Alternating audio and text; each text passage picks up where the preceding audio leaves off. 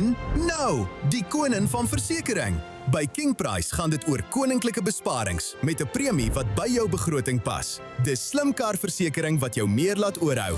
King Price. Liesel de Lange is ons nuuspersoon van die week. Baie welkom in die ateljee. Sjoe, aardskuddende nuus. 'n Mens voel jy moet net eers diep asemhaal. Vertel vir ons wat gebeur het met hierdie grondwetlike hof uitspraak nou. Ja, ons het natuurlik nou gister het die hof die uitspraak uiteindelik gelewer waarvoor die EFF en die ATM baie lank gewag het. Ja. Wat gebeur het, het gegaan destyds oor die onafhanklike komitee in die parlement wat bevind het dat die president het 'n prima facie saak wat hy moet kom verduidelik oor die Pala diefstal. Ja.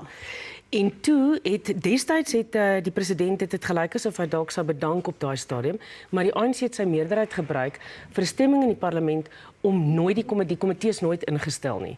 Maar net gou vinnig, hierdie komitee sou nou die een wees wat moes besluit of hy in 'n staat van beskuldiging geplaas moet wees. Ja. En hulle het dit nou effektiewelik van die tafel afgevee. Ja, die ANC het sy meerderheid gebruik om dit van die tafel af te vee. Nou intussen het die politieke landskap baie verander, want die ANC het nie meer volstrekte meerderheid in die parlement nie. Ons het nou die basiese koalisieregering en die regering van nasionale eenheid. Maar bygesê die konstitusionele hof het nou gesê die komitee moet ingestel word.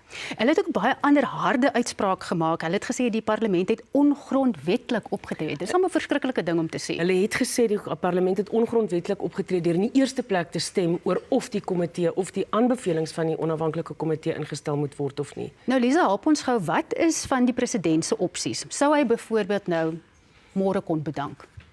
Kyk, dis natuurlik nou die groot vraag. Hy was destyds glad nie, ons weet hy wou destyds bedank, dis wyd berig.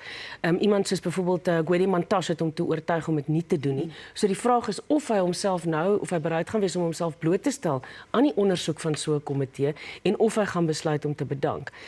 Nou, wat gaan nou die impak wees van die faksies wat ons weet daar binne die ANC is, wat eintlik maar al 'n ruk lank wag om van hom ontslae te raak? Is dit nie nou net die ideale geleentheid om dit te bewerkstellig nie? Dit is natuurlik, want adjunkt president Paul Mashatile sou waarskynlik met groot belangstelling gister sy uitspraak dopgehou het.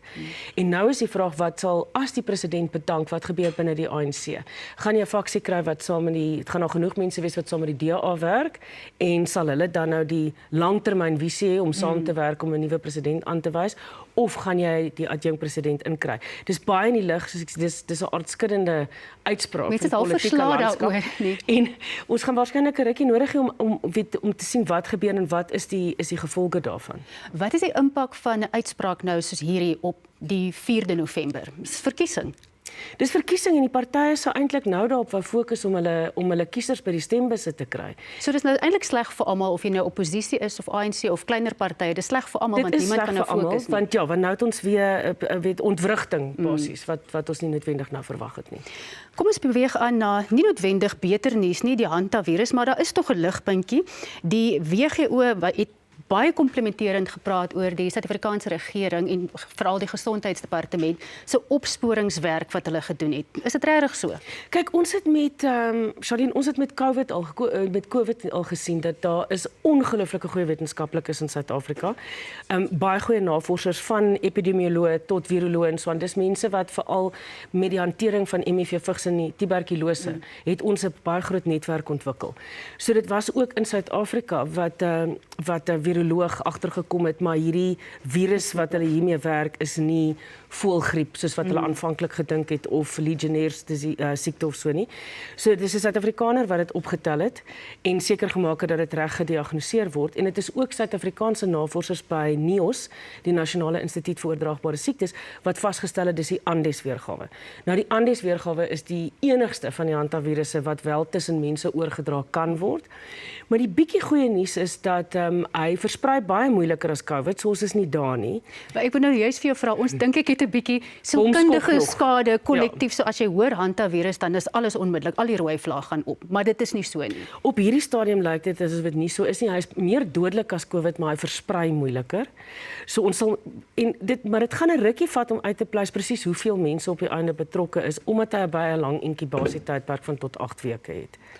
Liesel de Lange, baie dankie dat jy kom kuier het in die ateljee. Ons sal maar duim vas hou. Ek weet nie, dit is nou Saterdag, maar ek het gedink jy gaan slaap vanaand nie. Geen Moedersdag vir jou nie. Baie sterkte.